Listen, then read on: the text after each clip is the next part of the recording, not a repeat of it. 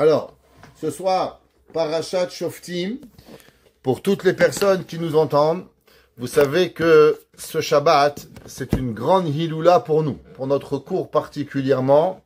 On sait qu'on a étudié et on continue d'étudier depuis des années les livres du Zera Shimshon, Rabbi Shimshon Nachmani, ce fameux livre qu'on a étudié et qui est notre en-tête depuis Baruch Hashem des décennies, pas une décennie, à peu près une décennie plus ou moins.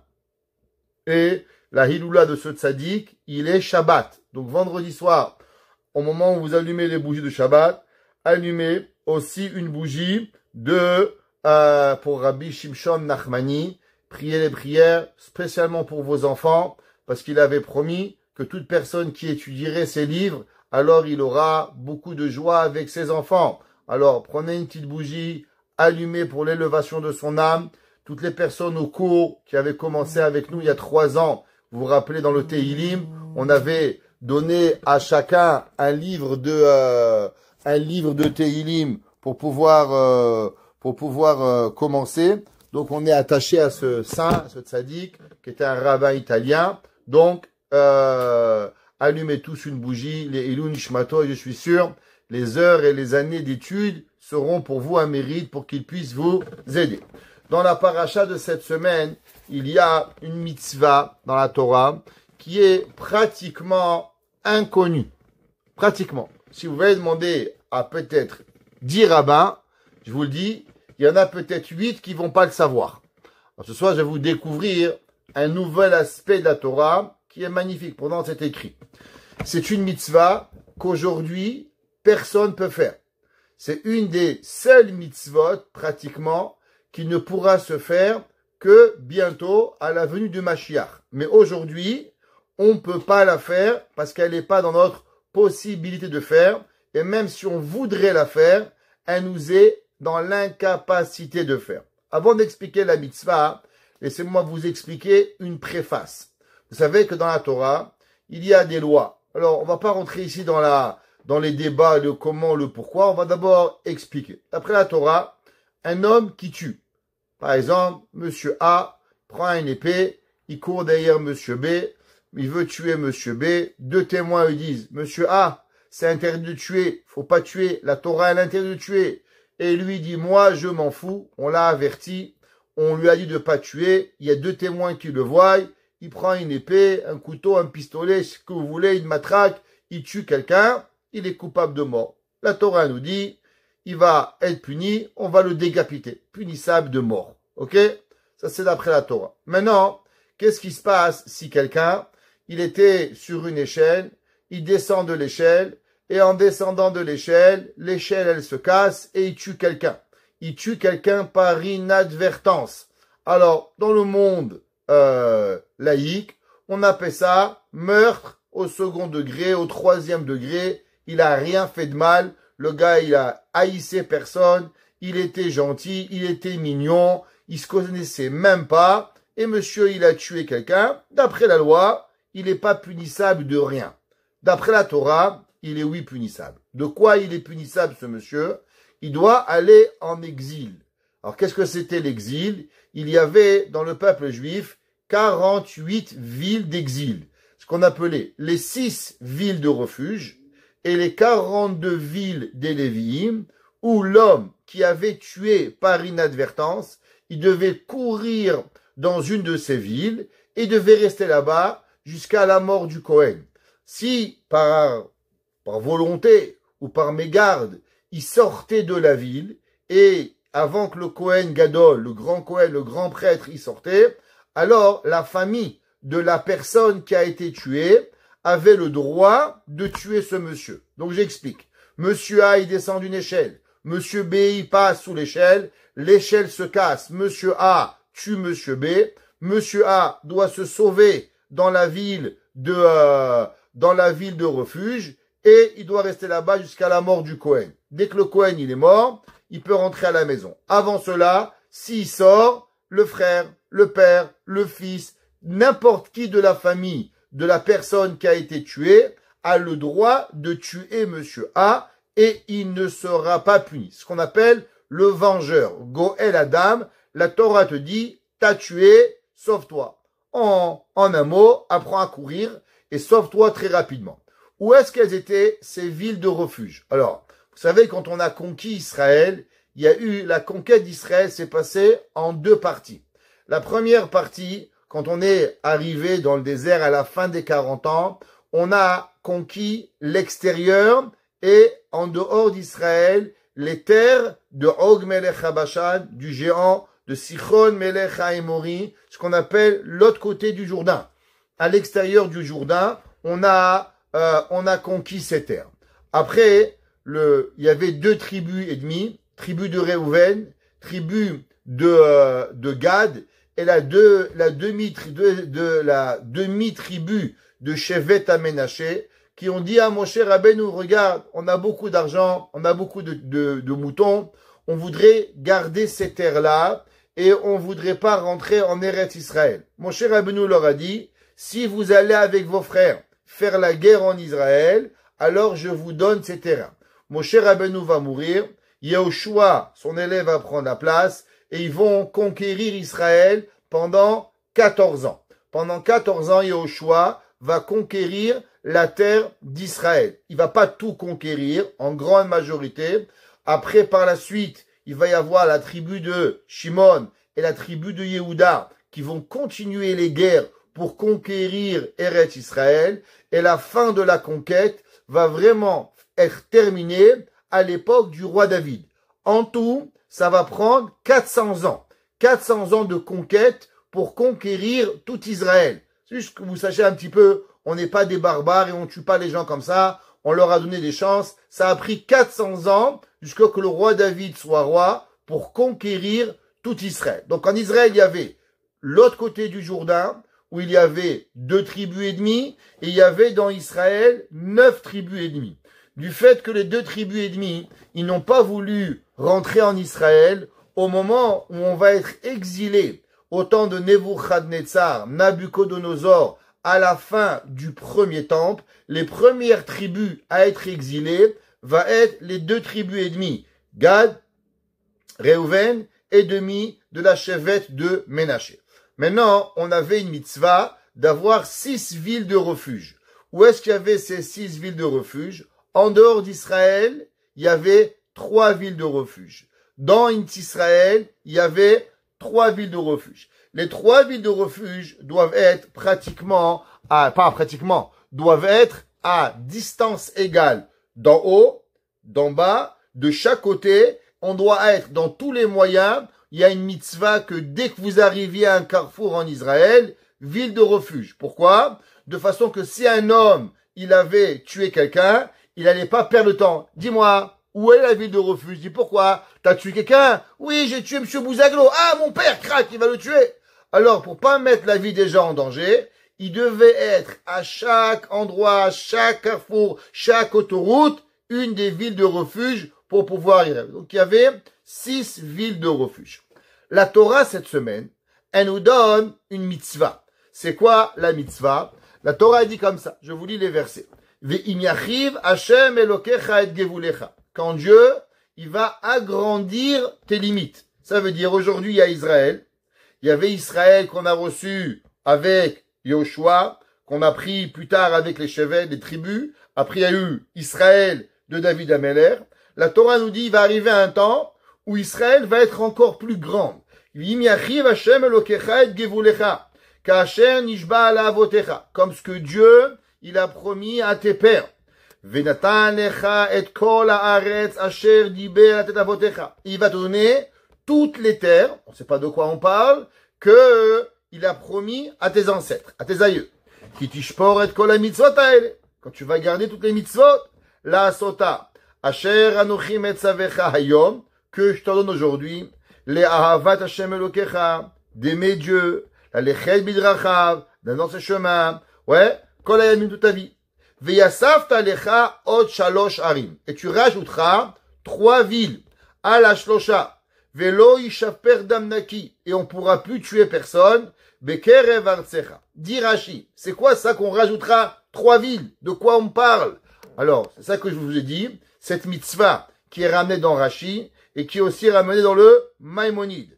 Rashi dit, qu'est-ce que ça veut dire que tu vas avoir une terre comme ce qu'on t'a promis à tes parents? Pourquoi la terre qu'en Israël on l'a pas promis à nos parents? Avraham, Yitzhak, Yaakov. Il dit Rashi, la tête lecha et eretz, Keni, Kenizi, Kadmoni. Alors, vous saviez que la terre d'Israël, elle a plusieurs noms et elle a plusieurs limites. Elle a les limites de ce qu'on appelle des 7 peuples et elle a la terre de ce qu'on appelle des 10 peuples.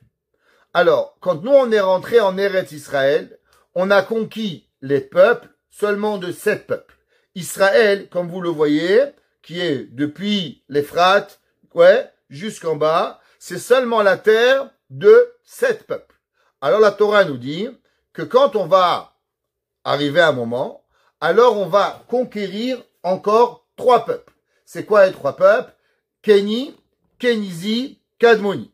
La Torah dit, au moment où tu vas conquérir ces 3 peuples-là, alors, Veyasafta alecha od shalosh harim. Tu vas devoir ajouter 3 autres villes. Aujourd'hui, on a 6 villes en Israël qui est des villes de refuge. Ça s'applique pas aujourd'hui parce que Mashiach, il est pas là. Mais on sait où elles sont, ces 6 villes. Quand Mashiach viendra, on va conquérir plus grand Eretz Israël. Et au moment où on va conquérir 3 autres pays, alors Israël deviendra plus grand. Et on devra avoir pas 6 villes de refuge, mais avoir combien? 9 villes de refuge. Et dit Rashi, c'est 6 villes et 3 villes qu'on va avoir plus tard quand on va arriver. Alors, le Midrash, il ramène dans Rashi. On sait qu'au moment où Avraham Avinu, il a fait le Brit Ben Abetarim. C'est quoi le Brit Ben Abetarim? Avraham Avinu, quand il va arriver en Eretz Israël, il va avoir ce fameux songe où il va voir Akadosh Baruch Hu va lui apparaître à lui et il va lui parler et il va lui dire je vais te donner la terre que tu vas avoir. Et le passou qui dit comme ça, quelles sont les limites d'Eretz Israël? Quelles sont les limites de la terre promise? Nous on parle que de la Torah, on parle pas de ce qu'on a conquis en 1948. On parle des limites données de Eretz Israël. La Torah nous dit Minahar Mitzraim. La terre d'Israël sera du fleuve de l'Égypte, en un mot, du Nil, ad hanahar nahar perat. Ça veut dire qu'on va aller du Nil jusqu'à l'Euphrate. Je sais pas si vous savez un petit peu qu'est-ce que c'est. Donc Israël, là il y a la mer. Là vous avez la mer Méditerranée. Le Nil, il est en bas, plus bas que Elat, et l'Euphrate, il est tout en haut, plus haut que la Jordanie. La Torah nous dit que tout cet espace, tout ce couloir-là, il va appartenir au peuple juif. Depuis le Nil égyptien jusqu'à l'Euphrate, donc plus haut encore que la Jordanie, elle appartiendra à Eretz Israël. La Torah a dit, c'est quoi les peuples? Keni, Kenizi, Kadmoni, Chiti, Perizi, Rephaïm, Émori, Kenaani, Girgashi, Yevusi. La Torah, elle donne 10 peuples, 10 nations, que la terre, elle appartenait, et ces 10 nations-là vont appartenir à Eretz Israël. Rashi il ramène en du Midrash et il dit, Hetakeni, Eser Umot Eshkan, comptez 10 nations. Velo Natan Laem Ela Shiva Goim. Pourtant, il dit Rashi, quand on a conquis, même avec David Amelech, combien nous avons conquis de terre? Seulement 7 royaumes, pas 10. Ve'ashlosha, Edom, Umoav, Ve'amon. Et il dit, c'est quoi les 3 terrains qu'on va conquérir par la suite? Dit Rashi, ils ont 2 noms. Le premier s'appelle Edom. Edom est la terre de qui? De Esav. Ésaü, Dieu lui a donné quelle terre? La terre de Esav. La terre de Ammon et la terre de Moab. C'est qui Ammon et Moab? Ammon et Moab, juste que vous sachiez, sont les descendants de Lot. Qui était Lot, neveu de Abraham. Malheureusement, il a une relation avec ses filles. De ses filles, il a eu 2 enfants. Un qui s'appelle Ammon, un qui s'appelle Moab. Et il leur a donné 2 terrains, Ammon et Moab. Aujourd'hui, Ammon et Moab, plus ou moins Iran-Irak. Toute cette période-là, avec Ammon, Iran, Irak et toute cette terre-là, et Edom, C'est ça que ça parle, que Dieu dit qu'on va récupérer ces terrains-là. Maintenant, ces terrains-là, ils ont aussi 3 noms dans la Torah, Kéni, Kénizi, Kadmoni. Dit la Torah, quand est-ce qu'ils vont nous appartenir? Quand Mashiach, il va venir et on va les recevoir. Maintenant, quelle est la raison pourquoi on n'a pas eu les terrains de Ammon, Moab et Édom avant la venue du Mashiach? Quelle est la raison principale? Alors, il y a 2 raisons. La première raison, elle est, vous savez que quand Avraham Avinu, il est arrivé en Égypte avec sa femme Sarah, et il y avait avec lui un homme, son neveu, qui s'appelait Lot. Ouais. Alors, Avraham, il arrive, et il a peur, sa femme est très belle, très jolie, il arrive chez les Égyptiens. À l'époque, ils étaient des gens noirs, des gens de couleur, ils n'avaient jamais vu des gens blancs. Avraham Avinu était parmi les premiers blancs à arriver en Égypte. Et là, ils voient une femme blanche, magnifique, jolie, et ils disent, elle appartient au roi. Donc, ils veulent prendre Sarah. Sarah et Avraham, il dit à Sarah, regarde, si je vais leur dire que tu es mon mari, ils vont me couper la tête, ils vont te prendre. Dis que tu es ma sœur, au moins ils me tuent pas. Sarah Imenou, elle accepte, elle dit qu'elle est son frère.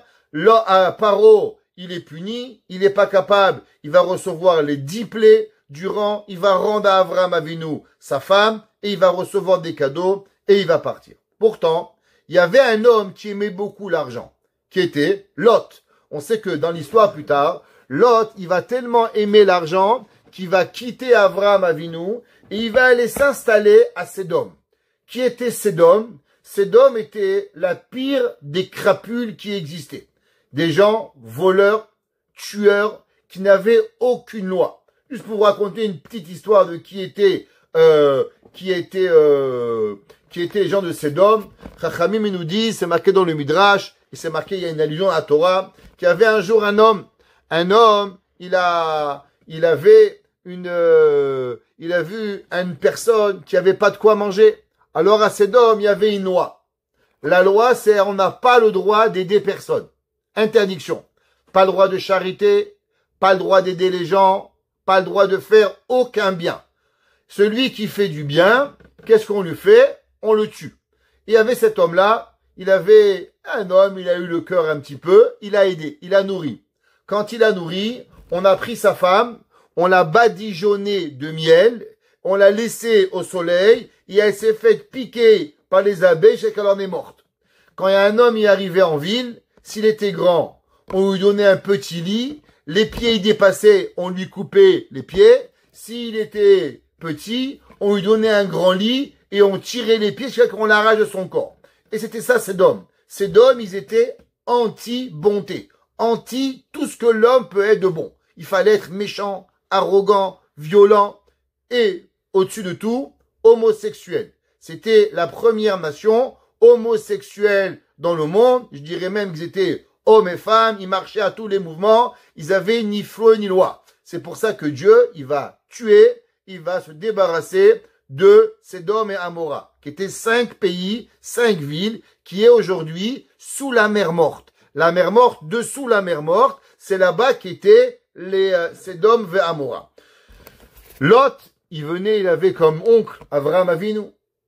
Qu'est-ce qu'il va voir? Il va voir comment Sédom était beau. Il va quitter Avraham et où il va aller s'installer? Chez des voyous. Donc Lot, il aimait l'argent. Lot, il aurait pu faire un coup de maître. Quoi? Quand ils sont arrivés en Égypte, quand ils ont demandé à Avraham, qui est Avraham? Alors Avraham a dit, c'est ma sœur. Mais Lot, il aurait pu dire, c'est pas vrai. C'est son mari. Et maintenant, on aurait tué Avraham. Et Lot, il aurait pris tout l'argent. Mais Lot, il a eu une bonté. Lot, il s'est tué. Il a rien raconté. Dit le Midrash, du fait que Lot, il a rien raconté et il n'a pas vendu Avraham Avinu, c'est pour ça que Dieu, il va lui donner 2 terrains, 2 parties du monde, Ammon et Moab, en récompense à ce que Lot va pas se mêler et ne va pas faire du mal à Avraham. C'est une des raisons pourquoi Avraham Avinu dans l'histoire, il va aller le sauver quand il va se faire prendre par le roi par Amraphel et avec le droit de Sédom qui va s'enfuir par la suite. Et qui c'est qui vont, Nimrod, il va voler Lot, qui va aller récupérer Lot, Avram Avinu. Pourquoi? À cause pour le remercier de ne pas avoir raconté son secret, que Sarah n'était pas sa sœur, mais qu'elle était sa femme. La Torah nous dit, en récompense, il va avoir 2 terrains. Qui c'est qui va avoir aussi un terrain? Il va avoir un terrain Esav. Chachamim pose la question, avoir une partie du monde à l'éternité, c'est un cadeau. Regardez le peuple juif, il a une petite terre rikiki, et on n'arrive pas à l'avoir. On a le monde entier, l'ONU, ouais, l'ENA, qui vous voulez, ils sont toujours en essayant de nous la prendre. Ça veut dire c'est un cadeau de Dieu d'avoir un terrain. C'est pas rien. Une des raisons pourquoi la Torah, elle commence par la création du monde, parce que Dieu, il veut nous enseigner que la terre d'Israël, elle appartient aux Juifs, pour pas que les gens veulent nous la prendre. En tout cas, un autre cours pourra arriver. Il en reste qu'avoir un cadeau, d'avoir la terre, c'est un cadeau. Demande Baal HaTurim, Rabbeinu Yaakov Baal HaTurim, quelle est la raison pourquoi Esav a mérité d'avoir une grande partie du monde à côté d'Israël, derrière la Jordanie, à côté de l'Iran et l'Irak là-bas, à savoir toute la partie qui s'appelle Édom. Quelle est la raison? Nous dit au Moyen-Orient, nous dit le Midrash, dans Targum Yehonatan, ainsi que le Baal HaTurim, du fait que Esav a fait Kibud Avahem, il a honoré son père et sa mère pendant des années, 22 ans, plus que Yaakov. Yaakov a dû se sauver. Et maintenant, Esav a honoré son père. Du fait que Esav a honoré son père pendant ces années-là, c'est ça qui va lui donner à avoir la terre de Édom. Cette mitzvah-là, c'est pas seulement un midrash, c'est rapporté dans le Rambam. Le Rambam, Maïmonide, il écrit dans Ilchot Rotseach, Perekret, Halacha Dalet, chapitre 8, Halacha 4. Il dit le Rambam qu'aujourd'hui, nous avons 6 villes de refuge, et quand Mashiach viendra, eh ben, on viendra et on donnera encore 3 villes. Donc c'est une des 613 mitzvot de la Torah, que quand Mashiach viendra, on rajoutera 3 autres villes. Juste que vous sachiez, il y a une grande question dans la Torah, et que beaucoup d'encre a été coulée. D'où est la preuve que Mashiach va venir? Les gens parlent tous de Mashiach. C'est quoi la preuve que Mashiach va exister? Est-ce que Mashiach est une invention rabbinique? Est-ce que Mashiach, c'est une histoire? Est-ce que Mashiach, c'est quoi? Le Rambam, il dit, vous savez quelle est la preuve que Mashiach va venir? C'est qu'on a reçu une des mitzvot qui ne pourra s'accomplir que quand Mashiach va venir. Du fait qu'on a une des 613 mitzvot, qui est la mitzvah de rajouter 3 villes au moment où on va prendre Kéni, Kénizi et Kadmoni, ces 3 villes-là que nous avons parlé, il dit le Midrash, ça c'est la preuve que Mashiach il va venir. Si vous vous demandez la question, où est la preuve?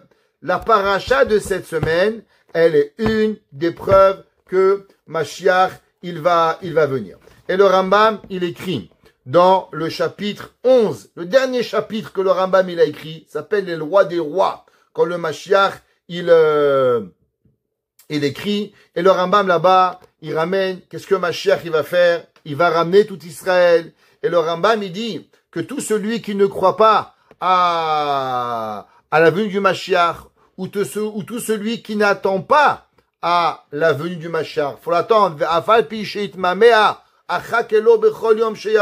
Il y a une mitzvah d'être en attente toute sa vie à la venue de Mashiach. Il dit, le Rambam, Lo beshe'ar nevi'im bilvad u kofer. Dit le Rambam, cet homme-là, il n'est pas seulement un non-croyant aux prophètes Yeshaya, Zecharia, Yirmiya, Yecheskel. Ela batora ou bemoshe avdo. Mashiach, il est une croyance dans les 5 livres de la Torah. She'areh dit le Rambam, Heida alav. D'où est-ce que la Torah, elle a parlé de Mashiach? Veshav Hashem Elokecha et Shevutecha Virichimecha Visham Kibetzecha. Im Yeyechacha Biktsa Shamayim Hashem Yeviacha. Le Rambam il ramène des versets et le Rambam il dit, attention, une autre preuve. Af Be'are Miklat, même dans la paracha de cette semaine, à propos de ville de refuge, Im Yachiv Hashem Elokecha et Gevulcha V'yasafta Lecha Ot Shalosh Harim. Umehaya umeolam lo yadavar ze velo tziva kadosh baruch hu leto. Dit le Rambam, attention, tu sais que la Torah, elle parle pas en vain, et du fait que la Torah, elle a donné cette mitzvah particulière d'avoir les 3 nouvelles villes de refuge seulement quand Mashiach va venir, ça veut dire que la Torah, Mashiach, est quelque chose qui est réel. Maintenant, tout ça c'est très beau. Pourtant, il y a une question atomique sur ce concept. Quelle est la question qui a fait couler énormément d'encre et qui est quelque part une question basée sur le principe de la foi du peuple juif. Alors, vous savez, c'est marqué dans la Torah. Velo ishaper damnaki bekerev artsecha, Hashem lokecha noten lachala. D'accord? Alors, la Torah nous dit, pourquoi tu vas rajouter les autres villes? À cause que, de façon à ce que le sang ne coulera plus. Pourtant, le Talmud, dans Masechet Moed Katan, il écrit et il ramène un verset dans Yeshaya. Yeshaya 25, chapitre 8. Yeshaya Navi, Isaïe, il dit, qu'est-ce qui va arriver quand Mashiach va être là? Bila hamavet la netzach, Umacha Hashem dima me'al kol panim. Traduction. Dieu va enlever du monde la mort. Il n'y aura plus de mort. Bila hamavet la netzach. Umacha Hashem dima me'al kol panim. Dieu, il dit le Navi, du fait qu'il n'y aura plus des gens qui vont mourir, alors il n'y aura plus de larmes. Quand est-ce qu'un homme il pleure? Dieu préserve, il perd son père, il perd sa mère, il perd les gens qu'il aime, alors il pleure. Yeshaya Navi dit, quand est-ce qu'en Mashiach va venir, il n'y aura plus de pleurs, parce qu'il n'y aura plus de mort, on va rester à vivre tout le temps. Demandent tous les commentateurs, alors je comprends pas la mitzvah. Qu'est-ce qu'on a dit? Quand est-ce qu'il va y avoir et à quoi elles servent les villes de refuge? Les villes de refuge, elles servent si monsieur A, il est sur l'échelle, monsieur B, il est en dessous de l'échelle, et monsieur A, il écrase monsieur B et le tue. Mais je comprends pas. S'il y aura plus de morts, alors pourquoi rajouter des villes de refuge? Mais on va plus mourir. Si on meurt pas, alors pourquoi on a une mitzvah de rajouter des villes de refuge pour pouvoir y arriver? Cette question-là, elle a été demandée par pratiquement tous les commentateurs pour pouvoir y arriver. On va voir aussi, dans le Midrash. Le Midrash, il écrit et il dit comme ça. Amar Akadosh Baruchu. Il dit Akadosh Baruchu. Ba'olam hazeh, dans ce bas monde. Alideh she'ayetzer hara matsui. Ici, on a le mauvais penchant. D'être bien, d'être pas bien. De faire la bracha, de pas faire la bracha. Vous avez un verre d'eau. Vous dites, je bois ou je bois pas. Je mange cachère, je mange pas cachère. Je mange très cher ou je mange pas cher. Ouais. Chacun, il se pose la question, qu'est-ce qu'il va faire? Une femme, elle se pose, je m'habille sniout, je m'habille pas de sniout. Un homme, il dit, je mets une kippa, je mets pas de kippa. Je mets mes tefilines, je mets pas mes tefilines. Tous les jours, je sais pas, peut-être vous êtes des anges, mais moi je suis comme ça. Tous les jours, on a des questionnements.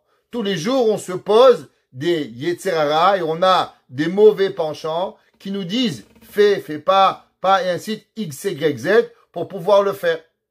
Alors, dit le Midrash, du fait qu'on a un yetzerara, alors malheureusement, le yetzerara, il amène la mort. Un, il tue l'autre, la vengeance, la colère, tout ça, ça amène la mort.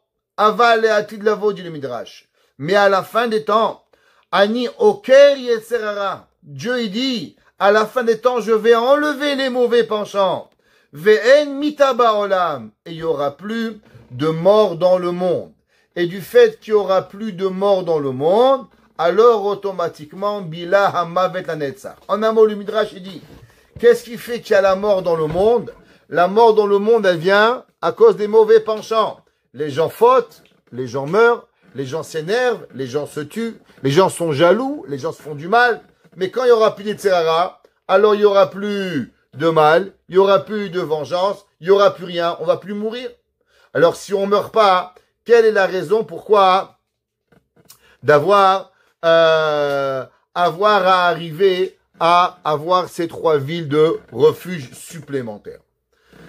Premièrement, j'aimerais partager avec vous l'explication du Chida, Rabbeinu Chaim Yosef David Azoulay, qu'il a écrit dans son livre Pene David, et dans la paracha de cette semaine, dans Parashat Shoftim. Il dit le Chida, vous savez que quand Mashiach il va venir, on va tous passer à la caisse. Exemple, cette semaine, quelqu'un il a oublié, il a allumé une lumière Shabbat. Ok? S'il y avait le Beth Amikdash, vous avez ou pas oublié, par inadvertance, vous avez oublié la lumière. Imaginez-vous qu'il y a le temple, il y a le Beth Amikdash, et vous avez allumé la lumière. Dimanche matin, vous devez aller à Jérusalem, rencontrer le Cohen, dire bonjour monsieur le Cohen, je m'appelle monsieur Kremizim, voilà, Shabbat matin je me suis réveillé, j'étais aux toilettes, et hop, j'ai allumé la lumière.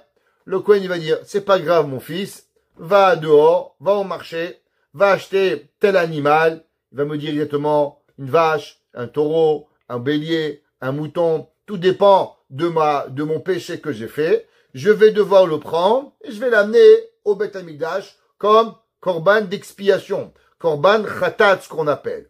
Maintenant, on est à Montréal, en l'an 5765. J'ai allumé ma lumière Barminan. Alors, je croyais que c'est fini, on va oublier. Dit le Chida, Dieu, il va rien oublier du tout. Quand Mashiach, il va venir, tu vas avoir une petite facture. Et là-bas, il va être écrit tous les péchés que tu as fait et combien de sacrifices tu vas amener.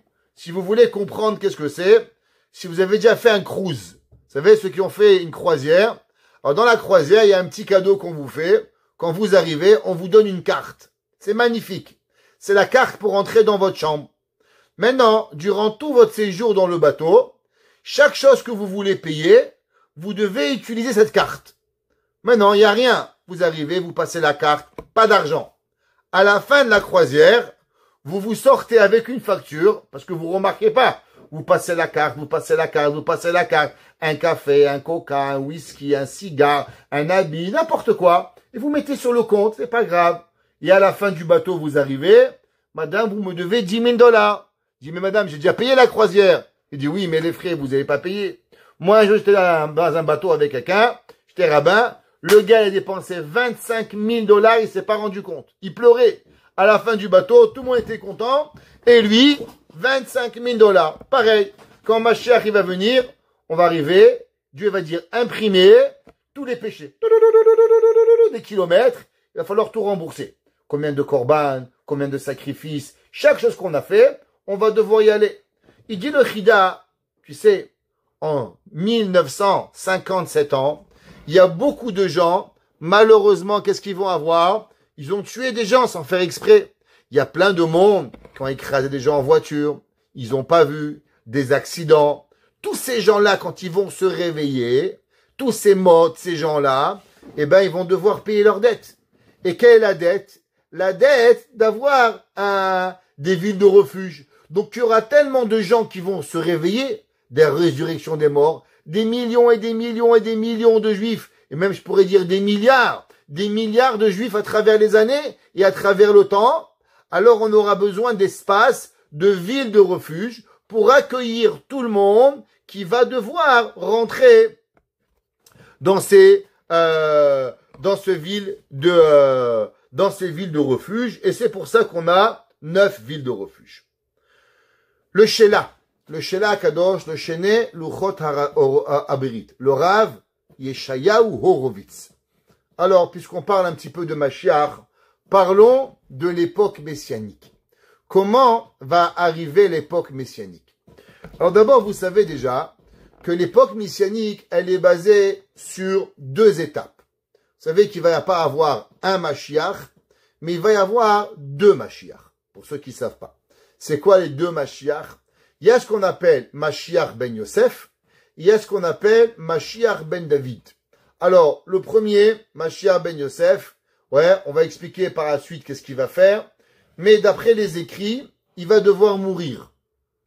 Le deuxième Mashiach, Mashiach ben David, c'est lui qui va régner et reprendre le trône de son père David Ameler. Nous dit le Shelah Akadosh, pareil, quand Mashiach va venir, il va y avoir, le roi Mashiach va passer à 2 étapes. C'est quoi les 2 étapes qu'il va y avoir? Il dit, le Shelah Akadosh, et il dit, rapporte à propos de notre question, pourquoi on doit avoir 3 villes de refuge après qu'il n'y aura plus de morts? Pour comprendre cela, il dit, vous savez qu'il y a les 3 pays, Kéni, Kénizi, Kedmoni. Et il dit, c'est 10 nations que Akadosh Baruch Hu, il a donné au peuple juif. Et il dit, vous savez que quand Akadosh Baruch Hu, il va venir, il va y avoir d'abord, Mashiach, il va conquérir les 3 premières nations. Kéni, Kénizi, Kedmoni. Ammon, Moav et Edom, il va y arriver. Et il dit, Al-Ken ire, Shekol ha'atzlachot ha'gdolot, lo yu teche bebiat ha'geoula. Il dit, ne croyez pas que d'abord, d'un coup, tout va changer. Il dit, Rag be'emsher zman, shetidrabe adea be'Israël. Alors, c'est quoi le but de Mashiach? C'est de manger des glaces, d'être sur les plages, à faire du surf? Pas intéressant, ça vous pouvez aller maintenant. Quand Mashiach va venir, il n'y a qu'un seul et unique but. Le but, c'est de servir Dieu. Maintenant, pour servir Dieu, qu'est-ce qu'il faut? Il faut de la connaissance. Si vous savez pas quoi faire, vous êtes bête, on peut pas servir Dieu. On peut pas prendre un enfant de 5 ans, le mettre à l'université. Même s'il il va pas déranger, mais il va rien comprendre. Le but de Mashiach, c'est de comprendre la connaissance de Dieu. Umala Hashem Haaretz Dea. Et Dieu, il va remplir le monde de connaissances. Maintenant, l'homme, il n'est pas un ordinateur qu'on va lui faire download, upload. Hop, tu vas tout apprendre. Ça prend du temps. Il faut que le monde connaisse Dieu. On va apprendre. Donc, il dit le Shelah, la grandeur de Dieu et la grandeur de Mashiach va se passer doucement, doucement, jusqu'à ce que l'homme, que tous les béné Israël, ils vont apprendre la Torah. Ils vont connaître les profondeurs extrêmes de la Torah pour pouvoir y arriver. Et plus on va connaître la Torah, plus le mal, il va diminuer. Plus on connaît Dieu, et moins le mal, il va exister. Donc c'est comme un 600. Quand un il est en haut, l'autre il est en bas. Quand l'autre il est en haut, l'autre il est en bas. Donc Dieu, qu'est-ce qu'il va faire? Il va lancer sa lumière, et cette lumière, on va la prendre, on va commencer à étudier, on va commencer à comprendre, on va avancer, et doucement, doucement, plus on va connaître Dieu, et plus le mal de lui-même va s'éteindre pour pouvoir y arriver. C'est comme le matin, il fait tout noir, d'un coup il y a une petite lumière de soleil qui arrive, et doucement, doucement, le soleil y vient, et la noirceur elle part, jusqu'à qu'il n'y a même plus un souvenir. Prenez à midi en journée, il n'y a même plus de souvenir qu'il y a 6 heures de ça, il faisait une nuit noire. Pareil, à Kadosh Baruch Hu, le lever du soleil, le lever de la lumière, va éteindre les obscurités. Et il dit, Ve'az lo yislechu la'arei miklat. Alors il dit, après cela, il va y avoir Mashiach va régner. Alors il dit, d'abord Mashiach va régner sur les 3 pays. Après que Dieu va être reconnu par le monde entier, là Israël va régner sur tout le monde. Et le roi Mashiach, il va régner sur l'éternité et sur la planète au complet. Donc il dit le Shelah Kadosh, du fait qu'il va y avoir 2 étapes dans la venue du Mashiach. La première, la conquête des 3 pays. Et là, la Torah va grandir. Et on va continuer à mourir. Et on va continuer à vivre. Et on va continuer à être des humains normaux. Et par la suite, la lumière va continuer à grandir. Et là, le Yetzer Hara va mourir. Et là, il n'y aura plus besoin des 3 villes à cause qu'il n'y aura plus de Yetzer Hara. Donc, il dit en un mot, le Shelah Akadosh, qu'il y a une période d'adaptation, si vous voulez, au début de la venue du Mashiach, jusqu'à la gloire totale de Mashiach sur le monde entier. Et dans cette période d'adaptation, où Israël sera très grande, mais pas encore régnante sur l'univers et sur le monde entier. La vie va continuer tous les jours. On va manger, on va boire, on va dormir et on va mourir même. Et donc, puisque la mort existera, c'est pour ça qu'on aura besoin de 3 nouvelles villes. Et il dit le Ramba, le Shela Akadosh, qui c'est qui va faire cette première conquête des 3 villes? Il dit le Shela Akadosh, Mashiach ben Yosef. Alors un mot dit le Shela Akadosh. Quand Mashiach vient, Mashiach ben Yosef arrive, va conquérir une partie du Moyen-Orient, ouais, comme je vous ai dit, Iran, Irak, toute cette colonne face à Israël, toute cette colonne, Israël va être depuis en haut de la Jordanie de l'Euphrate jusqu'à l'Égypte, de chaque côté du Jourdain, ça va nous appartenir. À ce moment-là, on aura 9 villes de refuge, et là, malheureusement, il va être tué, et il va mourir, et là, par la suite, Mashiach ben David va prendre la place, et là, il va régner sur le monde, et il y aura plus de morts pour pouvoir y arriver. Béhémet, cette idée-là, elle a été écrite et elle a été donnée aussi par un rabbin qui s'appelait le Minchat Chinour. Le Minchat Chinour a été écrit il y a environ 150 ans et il a commenté les 613 mitzvot du Sefer HaChinour. Et il dit là-bas, pareil, que Eretz Israël, elle va venir en 2 étapes et elle va arriver pour pouvoir arriver d'abord Mashiach ben Yosef et après Mashiach ben David. Avant qu'on continue, vous savez que dans la Torah, il n'y a rien pour rien. Dans la tradition juive, il n'existe pas un geste qui est fait si elle n'a pas une raison. Impossible.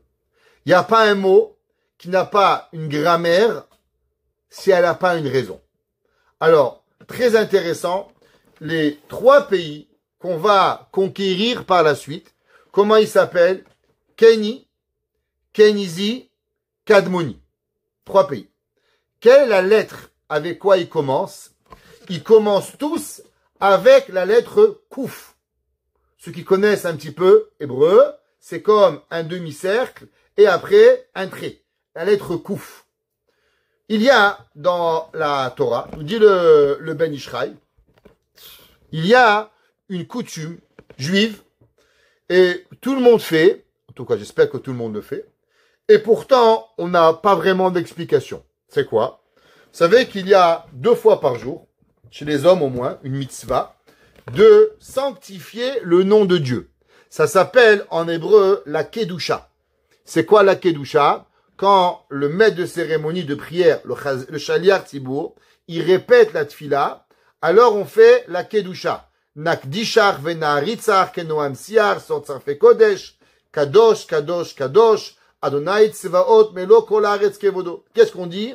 On dit la prière, les paroles que les anges dans le ciel ils disent. C'est la sanctification du nom de Dieu. Kadosh, kadosh, kadosh, saint, saint, saint, Adonai Tsevaot, Dieu, roi des armées, melo kol haaretz kevodo, il règne sur tout l'univers.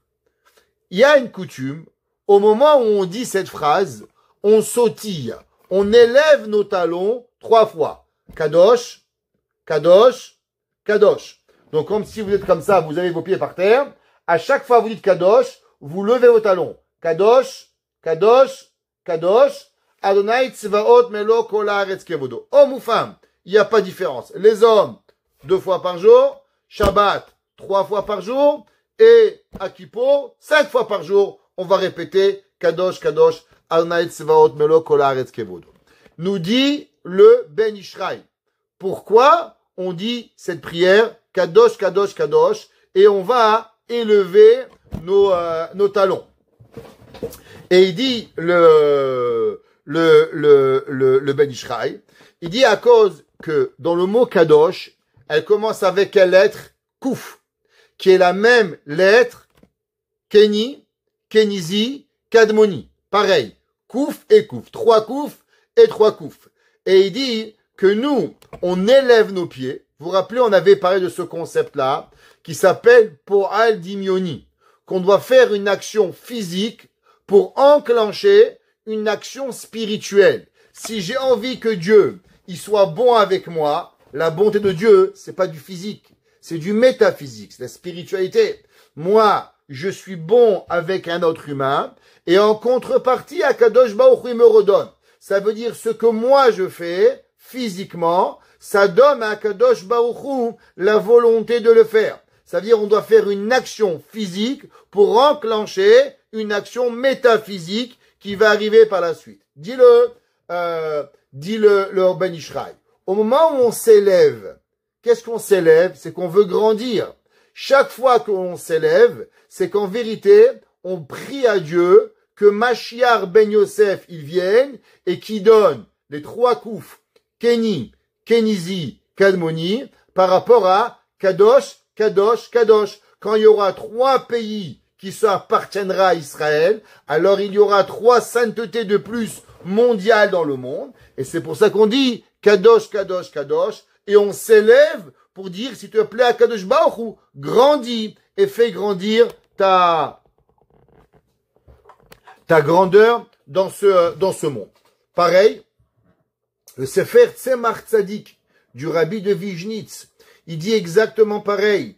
Il dit que grâce à l'élévation de Kadosh Kadosh, alors on pourra avoir que Dieu va nous donner Keni, Kenizi, Kadmoni. Maintenant, par la suite, c'est quoi la prochaine étape? On dit Kadosh, Kadosh, Kadosh, Adonai Tsevaot, Dieu qui est maître de toutes les armées, et on termine Melo Kol Haaretz Kevodo, Dieu va être dans tout le monde. Et qu'est-ce que ça veut dire? C'est la deuxième étape que on a parlé. La première étape, Mashiach va venir régner sur 3 pays, et par la suite, Mashiach régnera sur tout l'univers pour pouvoir y arriver et avoir. Maintenant, allons comprendre un peu plus. Ça, c'était facile à comprendre. Maintenant, on va rentrer un petit peu plus en profondeur pour pouvoir y arriver à comprendre. Alors, on a dit que quand Mashiach viendra, Bila Hamavet Anetzar Umaha Hashem Dima Me'akol Panim. Quand Mashiach viendra, le monde, les larmes ne couleront plus et la mort sera partie. La Gemara nous dit que qu'il va y avoir 4 personnes dans le monde, 4 grandes personnes. C'est qui ces 4 grandes personnes? La Gemara dit, c'est Mashiach ben David, Mashiach ben Yosef, Eliyahu et Kohen Tzedek. 4 grands personnages. Qui est Behemet Mashiach ben Yosef? Alors, le Maharsha, Rabbeinu Shemuel Eliezer Adlish, dans le traité de Masechet Souka, page 52a, il écrit la chose suivante. Et il dit, de Begeoula Ha'atida, quand viendra la délivrance terminale finie du monde, Betrila Yavo Mashiach ben Yosef. D'abord viendra Mashiach ben Yosef pour délivrer Israël. Ou Bet Yosef Lehava. Pourquoi? Parce que pour que Mashiach il puisse venir, il faut faire tomber l'Occident. Esav. Esav ne peut être gagné et vaincu que à travers les enfants de Léa, Yosef ou Binyamin, Amalek de même. D'accord? A aidé Mashiach ben Yosef. Aval a aidé Ovde Kochavim Rabim. Dit, mais malheureusement, avec la guerre qu'il va y avoir à cause du début de la conquête mondiale d'Israël, il va y avoir plein de nations du monde qui vont venir en Eretz Israël. Et malheureusement, qu'est-ce qu'il va y avoir? Il va être tué. Et quand il va être tué, par la suite régnera le Mashiach ben David qui restera. On trouve dans Yeshaya, pour ceux qui veulent les références, Isaïe 53:4. Il dit le Navi Yeshaya, Achen chayaleinu hu nasa umachovenu sivlam. Mashiach, il est celui qui a supporté nos fautes. Ve'u mechulal pish'enu. Meduka me'avonotenu. Kulam ketson ta'inu. On était tous comme des agneaux perdus. Les darkenu peinu ve'Hashem ivgi abo et avon kulanu. Il dit le Navi. Vous savez, Mashiach, qu'est-ce qu'il a? Malheureusement, que Mashiach, il a pris toutes les fautes du peuple juif. Alors, ça ressemble pas au christianisme, il n'est pas encore là, et ça ressemble en rien à Jude Chaussette. On n'est pas là. Ok? Malgré qu'ils se sont servis de ce verset pour nous faire croire que c'est lui qui a pris les péchés des gens. Mais c'est pas ça. Alors, il nous dit le Harizal. Alors, que ceux qui connaissent un peu le Harizal, grand kabbaliste du XVIe siècle, l'auteur de toute la Kabbale moderne. Toute la Kabbale moderne, elle a commencé au XVIe siècle à Safed, Tzfat, à l'époque du Beth Yosef, qui va être écrite par qui? Par son élève, Rabbi Chaim Vital. Rabbi Chaim Vital, qui va écrire toute la Kabbale. Tous les secrets kabbalistiques du Zohar vont être écrits par Rabbi Chaim Vital, dictés par le grand maître, le Harizal, pour avoir. Alors ce maître-là, il parlait non seulement aux hommes, mais il parlait aussi aux âmes. Et il pouvait se connecter avec les âmes de l'au-delà et des grands saints qu'il allait. Donc quand il allait dans une tombe, ouais, il pouvait connecter avec la tombe des saints où il allait. Alors, le Harizal, il est parti pèleriner deux grands saints. Qui étaient ces deux grands saints? Deux grands saints du Talmud. Avant le Talmud, il y avait la Mishnah. Ces deux rabbins s'appelaient Shmaya ve Avtalion. Qui étaient Shmaya ve Avtalion? Shmaya et Avtalion ont été les premiers de ce qu'on appelle les Zougot. Alors, un petit peu d'histoire. Il y a eu plusieurs époques. Et une des époques où les rabbins étudiaient par deux, et ils étaient dirigés, le peuple juif, pas par un rabbin, mais par deux rabbins. Ça s'appelait les Zougot. Il y avait deux convertis.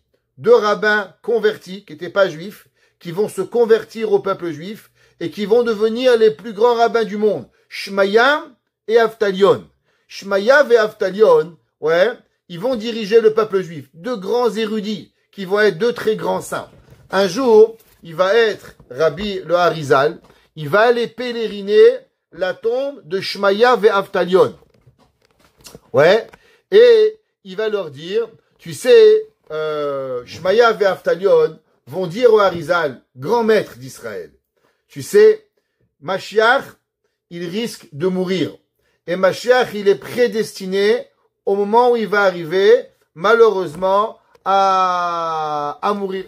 Alors il lui a dit que tous les jours, s'il te plaît, quand le peuple juif va prier, et semach David Avdecha merat atzmiach vekarno, alors il lui a demandé que le peuple juif, ouais, quand ils vont dire tous les jours, il va demander que Mashiach ben Yosef ne meure pas, ouais, à travers l'ange ou le mécréant qui va s'appeler Armilus, qui est le nom de ce méchant qui va venir, mécréant, et il va être tué.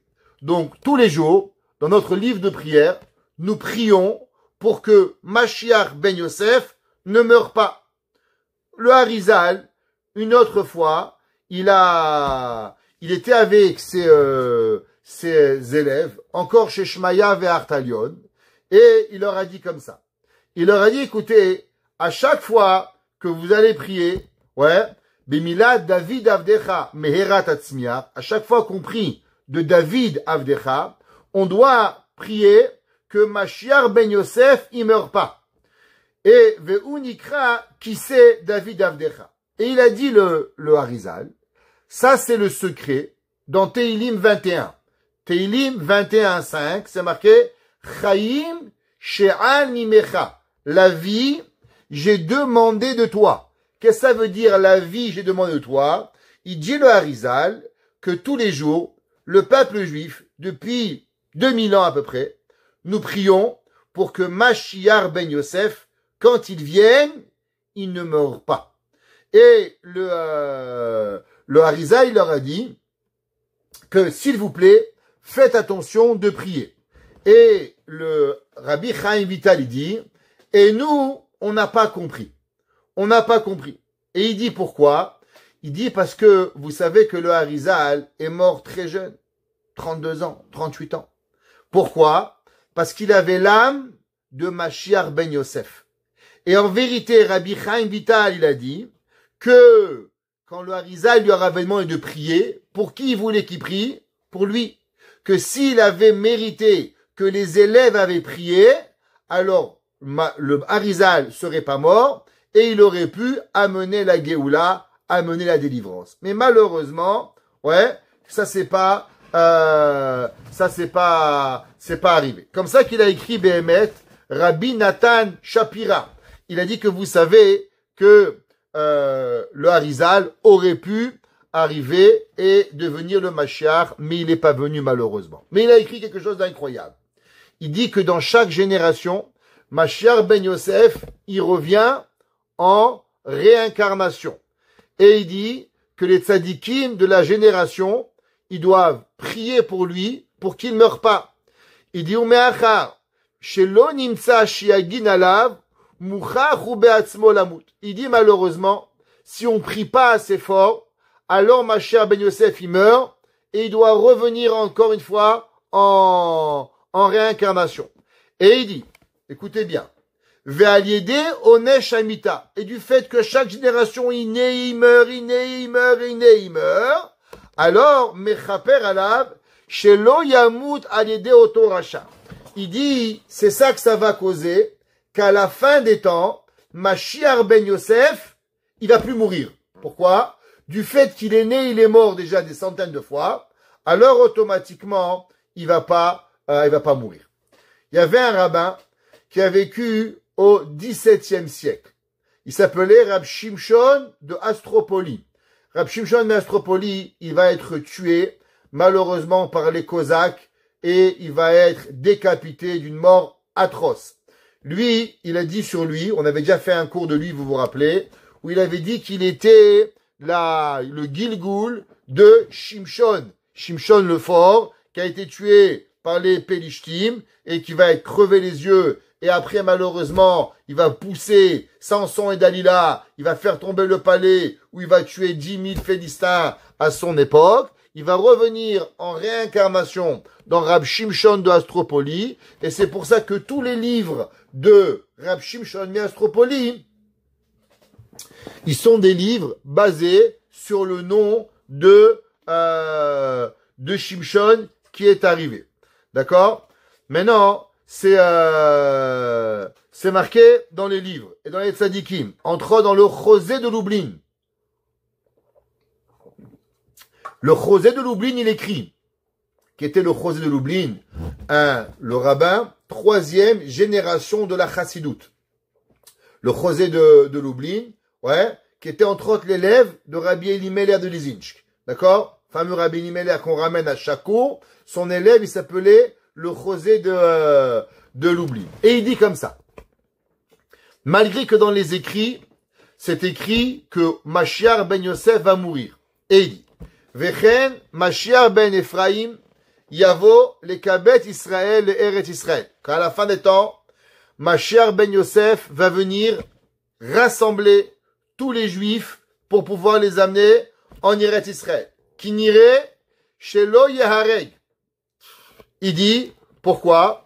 Il dit le Chosé de Lublin, moi je pense qu'à la fin des temps, Mashiach ben Yosef ne mourra pas. Il dit pourquoi? Ah mais c'est marqué dans tous les livres que le Chosé de Lublin, que le Mashiach ben Yosef, il doit mourir. Il dit c'est vrai, mais il y avait un homme qui avait l'âme de Mashiach ben Yosef et qui a déjà été tué sauvagement. C'est qui? Rab Shimshon de Astropoli. Et il dit du fait que Rab Shimshon de Astropoli, il a été assassiné par les Cosaques, et que lui, il avait l'âme de Mashiach ben Yosef, alors le peuple juif verra à son tour les deux messies, Mashiach ben Yosef et Mashiach ben David, et ils vont pas arriver, il va pas mourir. Pareil, nous dit le Rav, le Pri Tzadik, nous dit le Pri Tzadik, il dit pareil que le Rav de Lublin, que Mashiach ben Yosef, il mourra pas. Pourquoi il mourra pas? Parce que malheureusement, on va dire, ils ont été tués, Rab Shimshon d'Astropoli, alors automatiquement, on va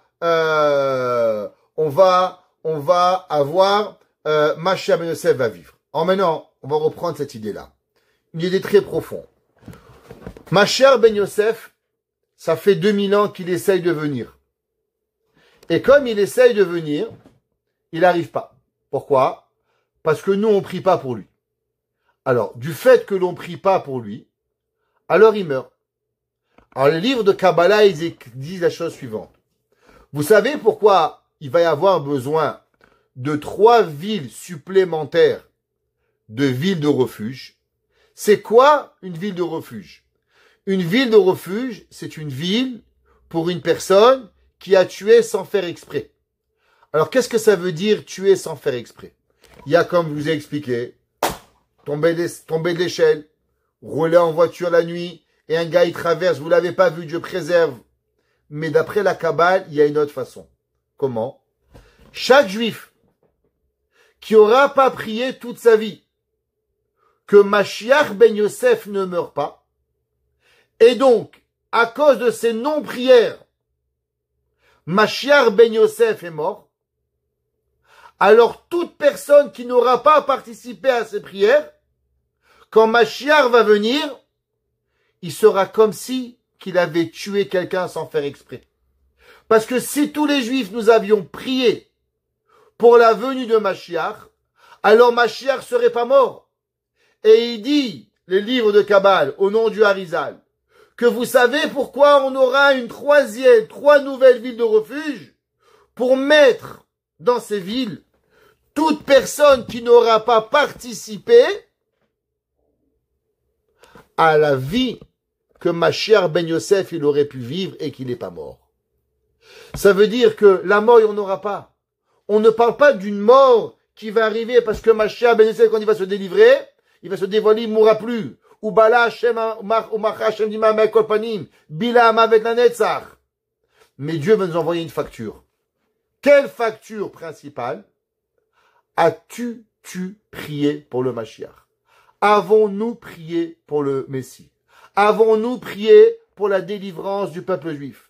Avons-nous prié tous les jours pour la venue et la reconstruction du temple?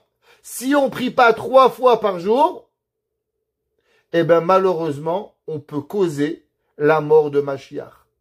Et si on cause la mort de Mashiach, quand Mashiach viendra, alors malheureusement, on devra être transporté jusqu'à une ville de refuge parce qu'on aurait causé la mort d'un homme.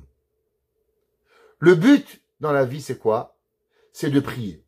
L'homme, il peut prier. Le Ben Ishraï, il écrit et il dit que nous avons la Emouna, que si on a reçu un cadeau de Shmaya ve'Avtalion, que Mashiach ben Yosef, malgré que c'est marqué dans la Torah qu'il va mourir, mais si tous les Juifs prient pour lui, on peut changer le cours de l'histoire et on peut donner la vie à Mashiach ben Yosef. Alors, à travers les générations, il y a assez de gens qui n'ont pas assez prié. Nous, on est dans le mois de Elul. On est maintenant à l'approche de Rosh Hashanah. Prenons sur nous qu'à chaque prière que l'on fait, prions pour que Mashiach, il vienne. Et non seulement qu'il vienne, qu'il ne soit pas tué, Mashiach ben Yosef, qu'il puisse avoir une longue vie.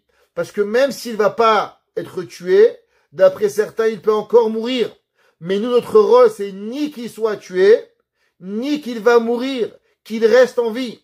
Et que si nous prions tous de tout cœur que Mashiach ben Yosef, il reste en vie, alors Mashiach ben Yosef pourra prier lui aussi à son tour pour que Mashiach il vienne, parce que peut-être qu'il n'a pas trop envie de venir et de mourir, et que tant qu'il vient pas, alors il peut vivre, mais le jour où il se dévoile, alors malheureusement il doit être ou tué ou mourir. Mais si nous on prie pour sa longue vie, pour sa longévité, alors lui il pourra se dévoiler, et quand lui se dévoilera, alors automatiquement on pourra avoir ensemble Mashiach Tzidkenu Bimera Beyamenu. Amen.